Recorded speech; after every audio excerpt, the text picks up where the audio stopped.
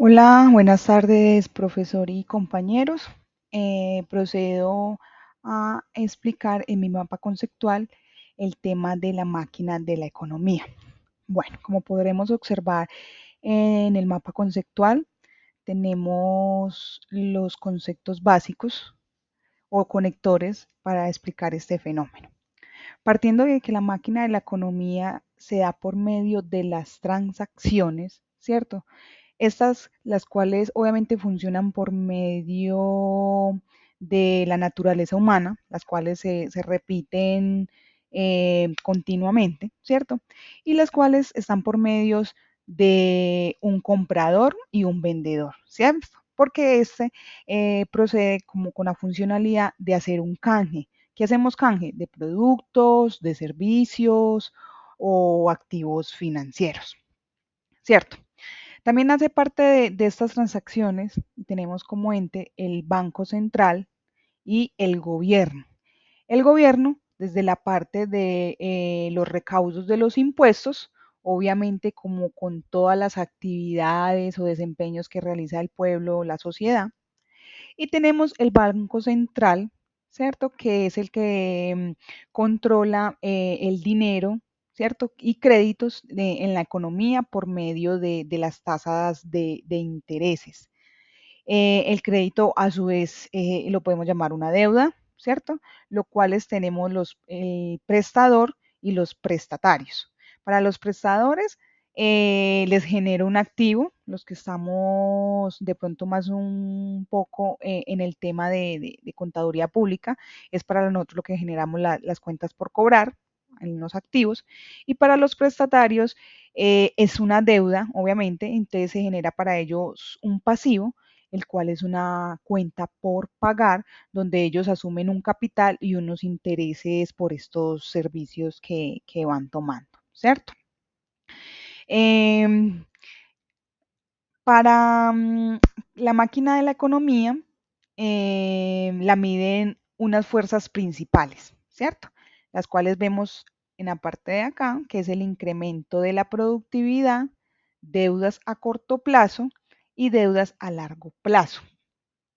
Nos encontramos con el incremento de la productividad, como su finalidad es el aumento al consumo. Por lo tanto, necesitamos que el gasto sea mayor porque ahí es donde se va desarrollando la economía. Si no tenemos un incremento en la productividad, pues no va a haber un gasto, ¿cierto? Y tenemos que tener en cuenta que los gastos para nosotros van generando ingresos para las otras personas. Y así es como se va haciendo un ciclo en la economía. Tenemos también las deudas a corto plazo. Las deudas a corto plazo están formadas por expansiones y resecciones, las cuales están en un rango de 5 a 8 años. Estas expansiones y resecciones tienen una contratación al crédito, obviamente el cual marcha con los tipos de intereses por parte del Banco Central, ¿cierto? Ese es el más importante porque ahí es donde vamos a ver el tema de la inflación y la deflación. Entendemos por inflación que es el incremento en los precios, ¿cierto? Y la deflación que es por todo lo contrario, la baja en los precios. Acá en esta deuda a corto plazo es donde vemos como el juego con el tema de los intereses en los bancos. Obviamente a mayor interés va a ser muy poco el tema de préstamos de créditos para el consumidor. Por lo tanto, si tenemos una deflación, que serían unos intereses más bajos, pues va a haber mucha demanda al momento de realizar préstamos y todo esto para los consumidores finales o los que hacemos el tema de prestatarios, ¿cierto?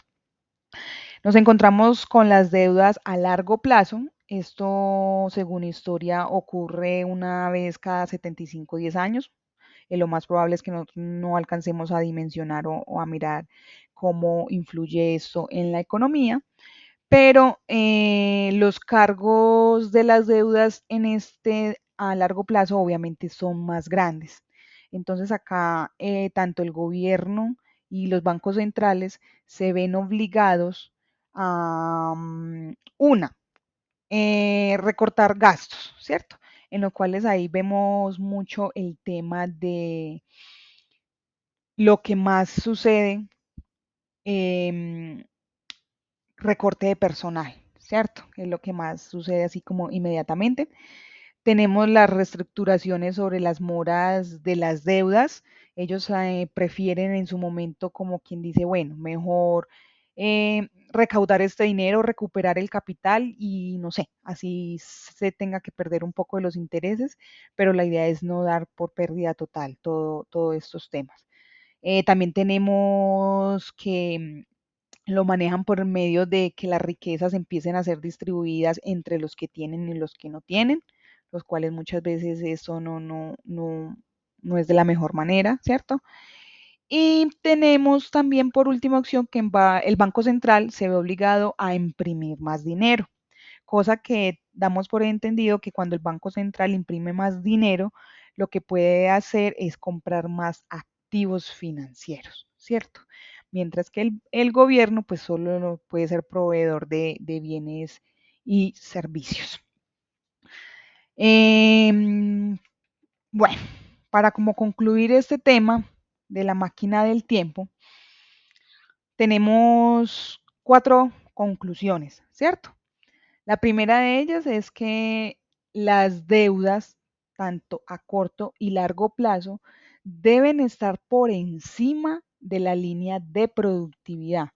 Ya pues que obviamente ese es el modelo más razonable para que la economía fluya y esté como algo estable. También tenemos como conclusión la deuda no crezca más rápido que los ingresos. Eso está en estos momentos, en la actualidad, un poco difícil, complejo, porque para nadie es un secreto que para adquirir un servicio, un producto, ¿cierto? Sabemos que a la fecha se puede comprar a cierto valor hoy, pero vas al mercado y a los 8 días y este valor está al doble o 3 veces. Y lastimosamente ahí es donde los consumidores, nosotros, nos vemos obligados a recurrir a las deudas, ¿cierto? Y muchas veces este tope ya está pasando, donde las deudas están más grandes que los ingresos, porque si el dinero que tienes en los ingresos no alcanza a cubrir tus necesidades básicas, pues ya nos vemos en la necesidad de préstamos, de tarjetas de crédito, para ir cubriendo esas cosas que nos quedan faltando, ¿cierto? Ya que pues los ingresos normalmente nos dan es como para sobrevivir, no es que sea una calidad de vida. Entonces, esta conclusión sí es algo compleja, es la idea, pero es algo que en la actualidad no se está viendo reflejado. Otra conclusión que podemos tener es que los ingresos no crezcan más rápido que la productividad. Esto no nos va a volver competitivos. Es algo que también se está viendo muy normalmente y me atrevería a dar ejemplo con el tema de estos influencers, ¿cierto? Entonces, donde, no sé, desde mi punto de vista creo que la productividad es muy poca, pero obviamente sus ingresos son abismales y creo que para las personas que nos estamos formando, que estamos pagando el precio, por decirlo así, desde el área em, estudiantil eh, o educativa, ¿cierto? Nos estamos formando, haciendo un esfuerzo y pues para nadie es un secreto que eso en actualidad, no sé, muchas veces no se está viendo muy bien o no está muy bien recompensado y tenemos como todo este tema. Entonces para mí eso es como un punto muy importante o un ejemplo que tengo con el tema de que los ingresos no crezcan más rápidos que tu productividad. Y pues por último tenemos aumentar siempre la productividad a largo plazo, es lo que es más importante en ese sector, ¿cierto? Si no hay productividad, no va a haber gastos. Y como nos los indicaban en esta máquina del tiempo, recordemos que mis gastos son los ingresos de otros y esto es un círculo. Entonces, si yo no tengo gastos, yo no genero gastos, no genero compras, pues no va a haber ingresos para el vendedor y así sucesivamente. Y por ende las empresas tienden a muchas veces a ser cerradas, a despedir personal, mucho desempleo.